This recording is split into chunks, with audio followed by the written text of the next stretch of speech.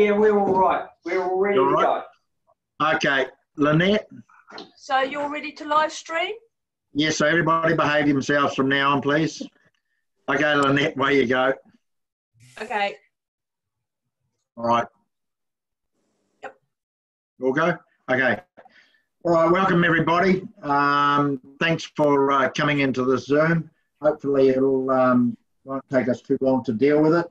So I'll just start off with apologies. I did have one apology, but she's turned up, Councillor Gibb. Nobody's heard from Councillor Thompson, so we'll move on. Confirmation of status agenda. Can I have a move and a seconder for that, please? Or a show of a hand. Councillor Sedgwick, Councillor Patterson, all in favour, wave your hand. Carried. Any disclosures of interest? Nobody? No disclosures? No? Good. Well, now we'll move on to 4.1 on page 4, which is the Three Waters Service Delivery Reform. And who's going to deal with this? Tony, Gavin, somebody in the boardroom? Ian's going to open. Good job. Okay, Ian, where you go? So effectively, this is to do with the money that's available from government on the Three Waters Reform Programme. I'll take the paper as read. This has been through an extensive build over recent weeks with the Watercare team, our own team, to try to extract the maximum amount of dollars from this funding. So we've got the main projects and then contingency projects. I won't go into the detail of them all, but the level of detail is around the delivery plans and focused on resolving as many of the issues that we have at hand at the moment on a pretty much a bit of a risk-based approach, but also given that we can't have these projects in existing LTP, we've had to be a bit creative on looking for new opportunities to maximise our ability to seek this funding. So we've spoken to the Crown Infrastructure Partners last week just with regards to the submission. Very confident that we should get every last penny and cent, in fact, to allow us to drive things forward in the water reform area. So any questions on any of the projects there or any of the specifics of the paper? So just before you cover that, Ian, can I just make a couple of comments? Yeah. So to give some context and background for councillors, the advice we've been given, anything that requires a consent, don't include because it won't meet the timeframes. There are commitments we have in relation to the Three Waters future-proof work. That's the first 1.175 million in terms of projects. That's both to do the overarching study and also to make our contribution to the detailed business case for the work around the two plants around Hamilton, or that serve Hamilton and the greater area around Hamilton. Also, as Ian has said, projects that improve our compliance or address security of supply issues. There's one project in particular, the Te Kauwhata wastewater treatment plant clarifiers, which is really important for us. It's about compliance, but also about addressing some significant issues that we have at present and is of high interest to the community. And then there's also there's some works in there which need to be done but haven't been affordable up till now. And last but not least, we have to be looking at projects which we can realistically believe can meet the timeframes. They have to be started by 31st of March next year. They have to be finished by 31st of March in 2022. So that has been really driving force around the projects that have been put forward. All right, thanks, Kevin. Everybody's been kept abreast of what's been going on with this, so now you've seen a breakdown of where you see the expenditure going. Has anybody got any questions in relation to that at all? Councillor Patterson. Yeah, thank you, Your Worship. Good list of projects, people. I think it's you've done well there. So just on page 7, the one that the Mayor just mentioned to clarify, oh, somebody mentioned, sorry, Gavin, to clarify at TK, that there with the upgrades there that are happening there and the developments happening up there, does these clarifiers and that they will be able to, will they be used, how will I say it, be able to use as we go into an NBR plant, etc. up there, if that's the case, $1 million? They are an interim solution to the compliance issues we have today. Okay. So they would go in the clarifiers from Watercare. The UV system will ultimately, this is early days with regards to the plan. That UV system will ultimately go into the plant is the thinking, and if it won't, it'll be redeployed somewhere else. So this is very much an interim to get us through this gap that we have with our current compliance level decreasing, the ongoing issue with the growth in the Tecofita area, and speeding up to get the TK plant in place as soon as possible, which we're looking at the end of December 2022 at this stage. And then the TK consent strategy is subject to a governance board paper in October. So that's the bigger picture. Hopefully that answers your question. Yep. It's an interim solution. Yep, no, that's good, thanks. I just have two other questions, direct questions. On page 8, the Huntley Wastewater Treatment Plant electricity upgrade, 718K. It says current power supply is at capacity. Is that just for power supply to the plant, or is that some upgrades within the plant? So what we're trying to do there are two elements to that proposal. One is upgrading the electricity supply to be able to cope with growth. So we've got the Ohinawai question unanswered as yet. We've got compliance issues with Huntley, and it also on a slow, steady decay in terms of compliance. What we're planning to do is we could lock off this plant electricity upgrade as almost the enabling works, and it was easy to compartmentalize, get the price and put it in as a project. The second component of this is we are considering a side stream MABR process, which is a new process. I'm not even fully up to speed with it, but it's a new process that we put as a side stream to improve compliance so that we get another couple of years out of the plant to enable us to be ready for the growth for Ohinawai and match it with the Mid-Waikato Service and Strategy. So again, this is electricity enabling works to do whatever we need to do, because if it's an MBR plant, the electricity needs are significantly higher with additional OPEX costs associated going forward. So this is enabling works and compliance works. Oh, yeah, thank you. And Your Worship, just one more question on page 8 as well, the tanker filling stations.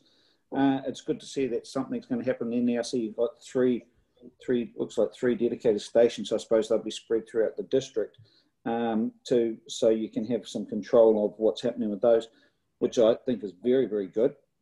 So that'll make them, so the fire hydrant system that they use now, would they not be able to access them, these tanky filling stations? And also, as I said, it's good, but for 468K, that's a hell of a lot of water as well. Okay, so just to respond on that, this would get control from a public health and from a water use perspective, and also a revenue perspective. So yes, we would increase revenue through that, through those three stations, which would be at Pokeno, Tecofita, and Ngaruawahia. So we'll increase our revenue, which will offset some of the expenditure, but hopefully, just noting this is a contingency project as well, so it might not go ahead. I took out Tecofita and I've got Huntley there, but actually I thought it was Ngaruawahia. Anyway, another in the south, another place in the south. It'll get hold of our lost revenue through tankers filling at hydrants willy-nilly. That will be constrained, bringing them back to the swipe card with full invoicing system to recover costs. So it will just take us to another level of professionalism in the district with regard to that. Hopefully that answered all the questions. Yep, thank you very much. Right, Councillor Henderson. My question's been answered. Eugene asked it. Okay, all right, thank you. Councillor Church. Thank you, through you, Your Worship. So of these page 8 and page 7 and 8 projects, have we done a risk analysis or a decision-making analysis as to needs, wants, hierarchy?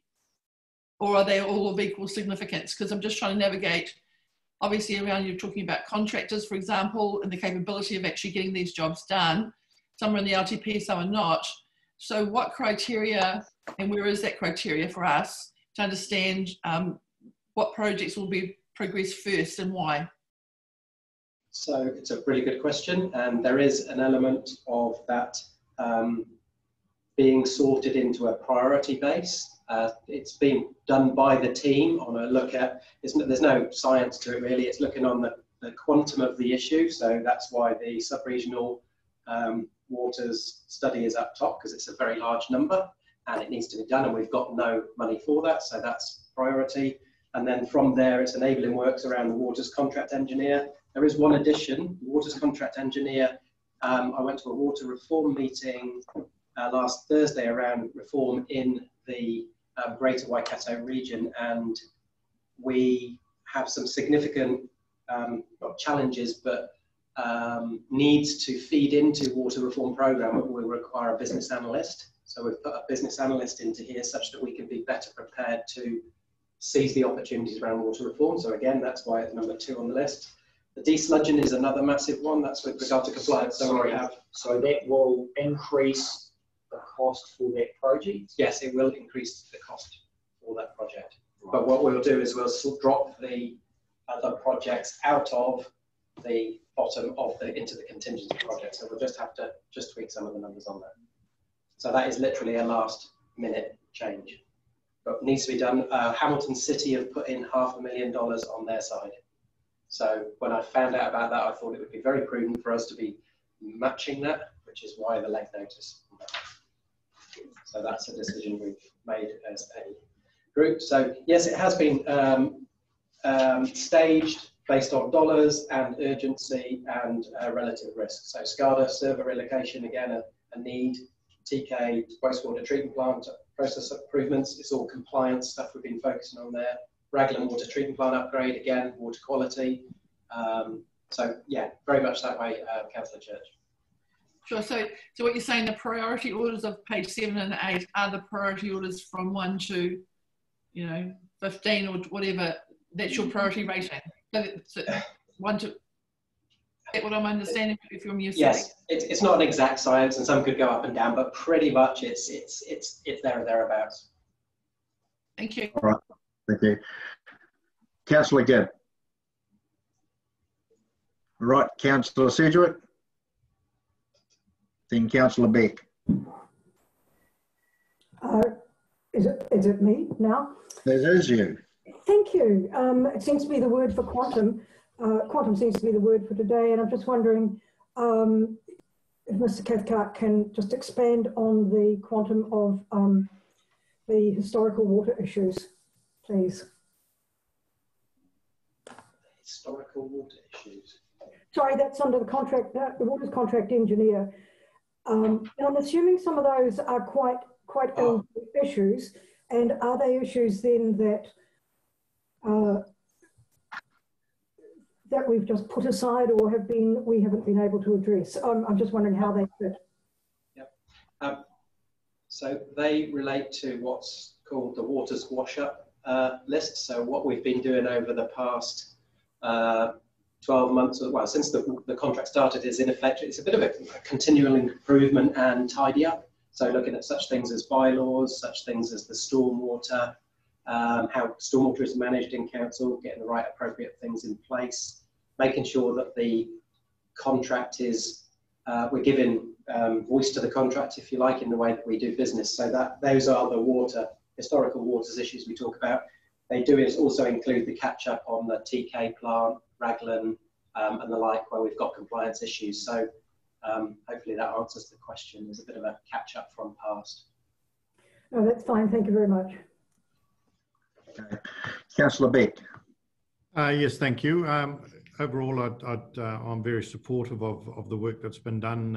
In fact, I admire the speed at which you've been able to pull together a list of things that are all obviously needed and critical, but perhaps we're in later years, and then we're now able to progress. So well done, and at the appropriate time, I'm happy to move this report if you're looking for a mover, Marilyn.